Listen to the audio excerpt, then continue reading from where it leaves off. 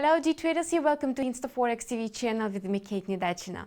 The measures taken by the Chinese government to support the country's slowing economy through increased spending on infrastructure seem to have no significant effect so far. This view was once again confirmed by China's GDP data released today. The annual GDP gauge showed that China's economy expanded by 6.9% year-on-year in the third quarter of 2015, a mere 0.1% more than economists had anticipated. The previous quarter's figure demonstrated a 7% economic growth.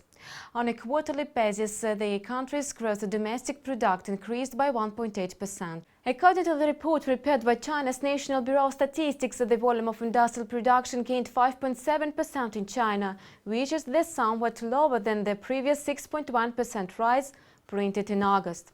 Meanwhile, the retail sales report from China was the only one that sailed against the harsh economic wind. The indicator climbed by 10.9% in September, slightly above the forecasts, as markets had expected a rise of 10.8%. Economists observe that the statistical figures overall look rather disappointing, as capital investments continue to plummet sharply despite all efforts made by the Chinese government to boost the economic growth.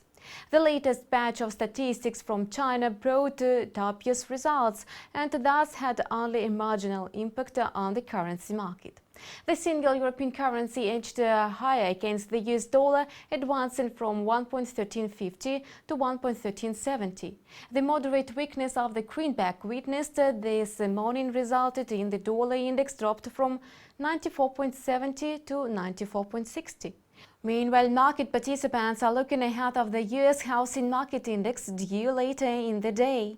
Besides, the European Central Bank is to make a decision on the timing of its quantitative easing expansion today.